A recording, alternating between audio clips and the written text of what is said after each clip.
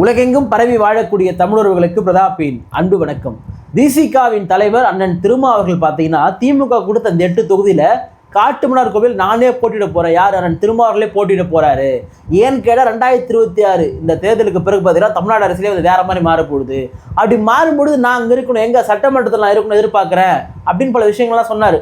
நம்ம அதை கேட்ட உடனே பார்த்தீங்கன்னா பயங்கரமாக நானே ஃபயர்லாம் விட்டேன். அண்ணன் திருமா திருப்பி இங்கே வரப்போகிறாரு, மாநில அரசுக்கு வரப்போகிறாரு. இந்த விசிகாவெல்லாம் சொல்லுவாங்க, நானுமே அந்த பழைய போஸ்டர்லாம் பார்த்துருக்கேன். அந்த பாஷா பாருன்ற மாதிரிலாம் அந்த பிஜே மூட போடுவாங்க. ஏன்னா அண்ணன் திருமாவுடைய செயல்பாடுகள் இந்த தொண்டர்கள்லாம் வேறு லெவலில் இருக்கும். நீங்கள் யாரோடுமே கம்பேர் பண்ண முடியாது, அந்த அளவுக்கு வந்து பயங்கரமாக இருக்கும். தமிழ்நாடே வந்து ஒரு அதிர வைக்கக்கூடிய அரசியலாக செஞ்சுட்டு இருந்தார். ஸோ அந்த மாதிரி திருப்பி மாற போகிறோம் அப்படின்னு சொல்லிட்டு நான் நம்பி பயங்கரமாக ஃபயர்லாம் விட்டேன். ஆனால் நேற்று ஈவினிங் அண்ணன் செய்தியாளர் சந்திப்பில் சொல்கிறாரு, காட்டுமன்னார் கோவில் தொகுதியில் நான் போட்டி போட போது கிடையாது. ஏன்னா எனக்கு பதவி ஆசைலாம் கிடையாது. ரெண்டாவது எங்கள் கூட்டணி இருக்குல்ல, இந்த திமுக கூட்டணி, மக்கள் நல கூட்டணி, அது முடிஞ்சிருச்சு, அதை விட்டுடலாம். திமுக கூட்டணி இந்தியா கூட்டணி, அந்த இந்தியா கூட்டணி உடையக்கூடாது. அதாவது இந்தியாவிலே பார்த்தீங்கன்னா வேற எந்த அரசியல் கட்சிக்கும் அண்ணன் திருமாவர்கள் போல் அக்கறை கிடையாது அந்த இந்தியா கூட்டணியை காப்பாற்றணும்னு சொல்லிட்டு. அதுவும் தமிழ்நாட்டில் குறிப்பாக அந்த கூட்டணியில் சின்ன சலசல கூட வராமல் பார்த்துட்டு இருக்கிறது யாரானா நம்ம அண்ணன் திருமாவர்கள் தான். அவர் நேற்று சொல்கிறாரு, நான் இந்த மாதிரி போட்டி போட போகிற சொன்ன உடனே என்ன எழுதுறாங்கன்னா, இந்த மாதிரி பல விமர்சனம் பண்ணுறான் யூடியூப்ல, அவன் கண்டவன் என்னென்னோ பேசுகிறானுங்க, பல பேர் பல யூகங்கள்லாம் வருது. என்ன வருது, நான் என்னவோ துணை முதலமைச்சர் கேட்குற மாதிரியும், இல்லை நான் என்னவோ எங்கள் ஆட்சியர் பங்கு கேட்குற மாதிரி. நாங்கள் தான் சொல்லிட்டுங்களேக்க 2026 ஆட்சி அதிகாரத்தில் பங்கு நாங்கள் கேட்க மாட்டோம்னு சொல்லிட்டோமே அப்படின்னு சொல்கிறாரு. ஏன்னு கேட்டால் 2026 தேர்தல் தமிழ்நாட்டுக்கு மிக முக்கியமான தேர்தல். சங்க பரிவாரங்கள்லாம் பயங்கரமாக பீக்கில் இருக்காங்க. RSS பாஜகலாம் வந்து உள்ளே வந்துருவாங்கன்றதுக்கான எல்லா சமிக்கைகளுமே இருக்குதுன்றது அந்த திரும்ப அவர்கள் சொல்கிறாரு. அதனால் அந்த பாஜக அரசு எதிர்க்கிறதுக்காக நாங்கள் ஆட்சி அதிகாரத்தில் பங்கும் கிடையாது. நீங்கள் சொல்கிறீங்களா துணை முதல்வர் தான் ஏன் கேட்கணும். ரெண்டாவது நான் வந்து டாமினேஷன் பண்ணோம் அப்படின்னா நான் வெளியே இருந்தே பண்ண முடியுமே, நான் எம்பியாக இருந்தே பண்ண முடியும். என்னுடைய 8 எம்எல்ஏ ஜெயிச்சு உள்ளே போனாங்கன்னா நான் என்ன சொன்னா தான் கேட்க போகிறாங்க அப்படின்னு சொல்கிறாரு. ஆனால் அந்த ஏற்கனவே ஜெயிச்சாங்களே அந்த எம்எல்ஏக்களே பார்த்தீங்கன்னா பலரும் இன்றைக்கும் அந்த கட்சி சார்ந்தரமே பார்த்தீங்கன்னா விசிகாவில் இருக்கக்கூடிய பலருமே இவங்களாம் திமுக விசுவாசிகள்பா, அண்ணன் திருமாவர்களை விட ஸ்டாலினை தான் வந்து தலைவராக பார்க்குறாங்கன்னு சொல்கிறாங்க. நமக்கு வந்து பல ஆதாரங்கள் இருக்குது. சரி, அப்புறமா அந்த விஷயங்கள்லாம் வருவோம். இப்போது இது ஒரு விஷயம் இருக்குல்ல, இப்போ அண்ணன் திருமாவர்கள் ஏற்கனவே அறிவிச்சார், என்னது போட்டி போட போகிறேன், மாநில அரசுக்கு வர போகிறேன் அப்படின்னு சொல்லி அறிவித்து நேற்று நான் வந்து வரப்போகிறதில்ல சொல்லிட்டு அந்த நிலைப்பாட்டிலேருந்து பின்வாங்கிட்டார். கேட்டால் முன்வைத்த காலை பின்வைக்க மாட்டேன் என்று சொல்வது பார்த்தீங்கன்னா உங்களுக்கு சில பேருக்கு ஒரு மாதிரி கெத்தாக கூட தெரியும். ஆனால் அது வந்து ஒரு யுக்தி. இப்போ நான் வந்து முன்னாடி வச்சுட்டு இல்லையா, இப்போ நான் பின்னாடி வந்து நிற்கிறதுன்றது ஒரு யுக்தி.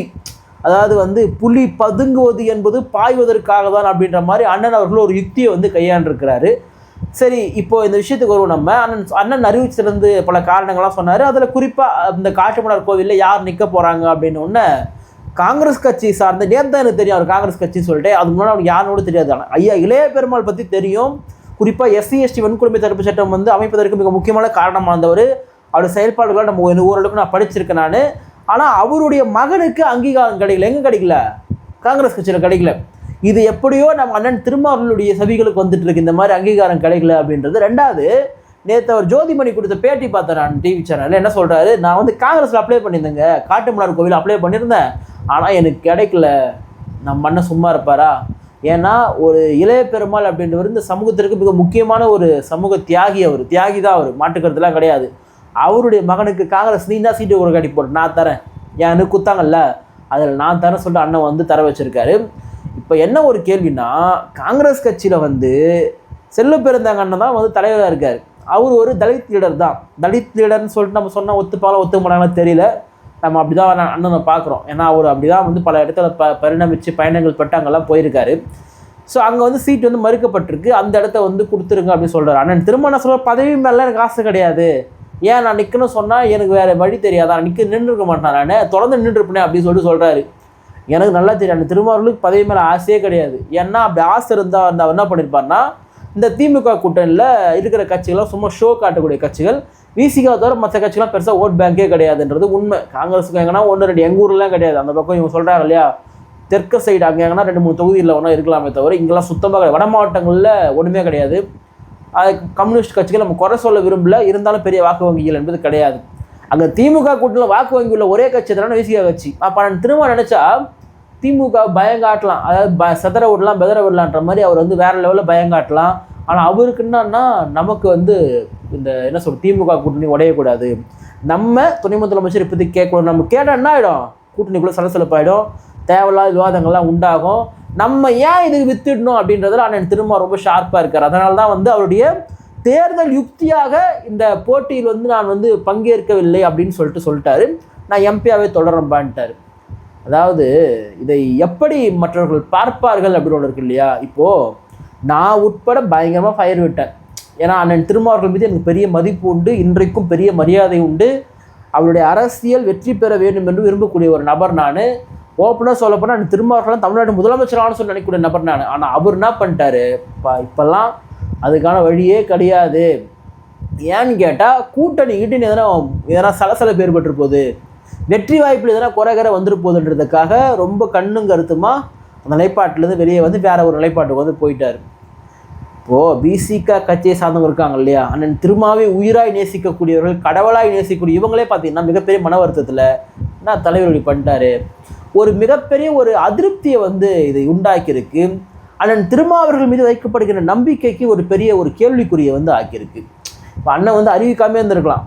ஒரு எம்பியாக இருக்கிறதே நல்ல ஒரு விஷயம் தான். எம்எல்ஏ விட எம்பின்றது பெரிய ஒரு பதவி தான். பாராளுமன்றத்தில் மக்களுக்கான குரல்கள் கொடுக்க முடியும்.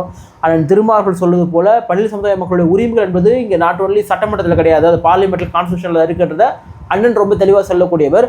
அப்படி அது தன்னுடைய கான்ட்ரிபியூஷன் கொடுக்கக்கூடிய ஒரு நபர் தான். அப்போ அந்த வாய்ப்பு வேற ஒருத்தர் கொடுத்துருக்கலாம். இப்போ காங்கிரஸ் கட்சிக்கு ஏன் கொடுத்தாருன்னு தெரியல. நான் தான் சொல்லலாம், இளைய பெருமாள் அவருடைய மேலே நமக்கு மிகுந்த மதிப்பு உண்டு, மரியாதை உண்டு. அதை செய்ய வேண்டியது யார் வேலை? காங்கிரஸ் வேலை. ஆனால் அவங்க அதை பண்ணல. இப்போ பிசிக கட்சியில் காங்கிரஸ் கட்சியை சார்ந்த ஒருவர் போட்டியிடுகின்றார். அப்படி தான் நம்ம புரிஞ்சுக்க முடியும்.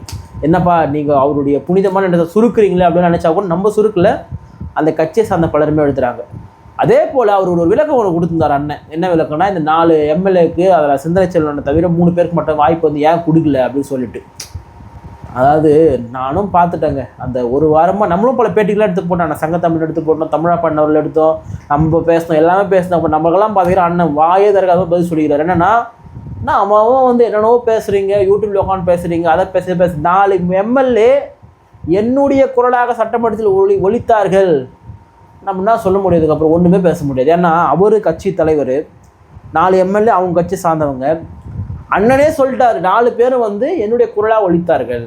இவங்கெல்லாம் சொல்கிறாங்க திமுக விசுவாசமானதுக்காக நான் சீட்டு கொடுக்கணும்னு சொல்லிட்டு. யார் சொந்த உங்களுக்கு? சுழற்சி முறையில் நான் கொடுக்கின்றேன் அப்படின்னு சொல்லிட்டு கொடுத்துருக்காரு. இதை விசிகாவை சார்ந்தவர்களும் எப்படி பார்ப்பார்கள்னு தெரியல.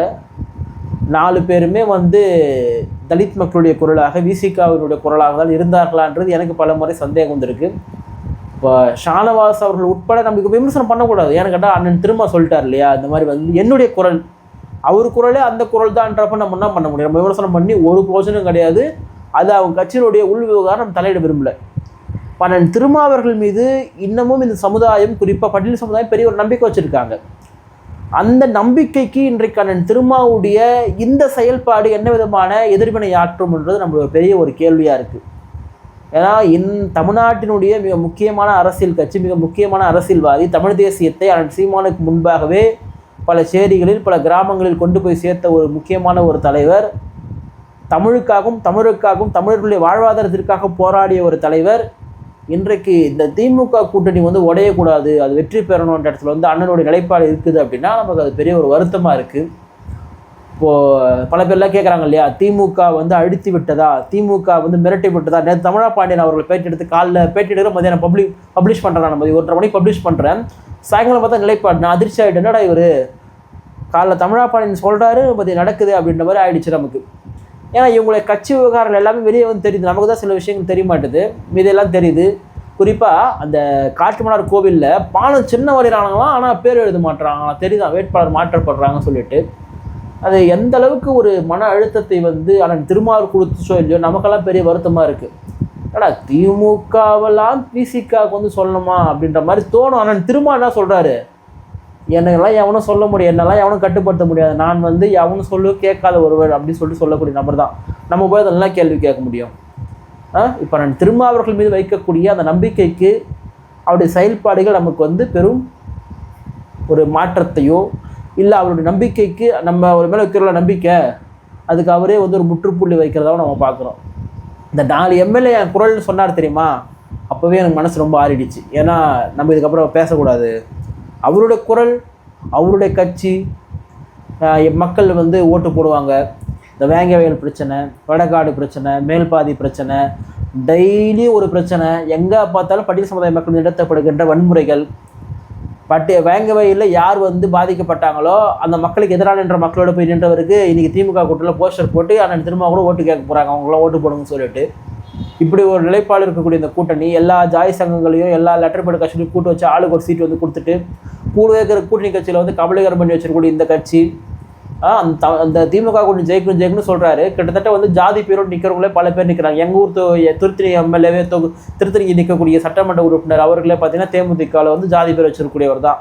அப்போ இவ்வளோ பேரை வச்சிருக்கக்கூடியவங்களாம் சேர்த்து வச்சு இந்த திமுக ஜெயிக்க வச்சு அப்படி இப்பெல்லாம் பண்ணாதான் சங்க பரிவாரம் உள்ள வராது, ஆர்எஸ்எஸ் பிஜேபி உள்ள வராது, நம்ம பாதுகாப்பாக இருக்க முடியும் அப்படின்றத அந்த திருமாவுடைய தேர்தல் யுக்தியாக வந்து நம்ம புரிஞ்சுக்க வேண்டியது. நம்ம என்ன இந்த விமர்சனம் பண்ண அவரே சொல்லிட்டார், அவர் கட்சி எங்கள் எம்எல்ஏ நாங்கள் இந்த யுக்தி எடுக்கிறோம் அப்படின்னு சொல்லிட்டாரு. நம்ம என்ன கேள்வி கேட்க முடியும்? ஆனால் ஒரே ஒரு வருத்தம் தான், நம்ம ஒரு மேலே வைக்கக்கூடிய ஒரு பெரும் நம்பிக்கைக்கு அவரே ஒரு முற்றுப்புள்ளி வைக்கிறார் என்ற வருத்தத்தோடு இந்த காணொலி நிறைவு செய்கின்றேன். இதுக்கு மேலே பெருசாக விமர்சனம் பண்ண நான் விரும்பலை. நான் இதனுடைய ஆதங்கத்தை தான் வெளிப்படுத்துகிற தவிர இது நம்மளை வைக்கக்கூடிய விமர்சனம்லாம் கிடையாது. அவர் கட்சி சரி, அவர் தான் விட்டுருங்க, நம்ம எதுவும் கேட்க தேவையில்லை.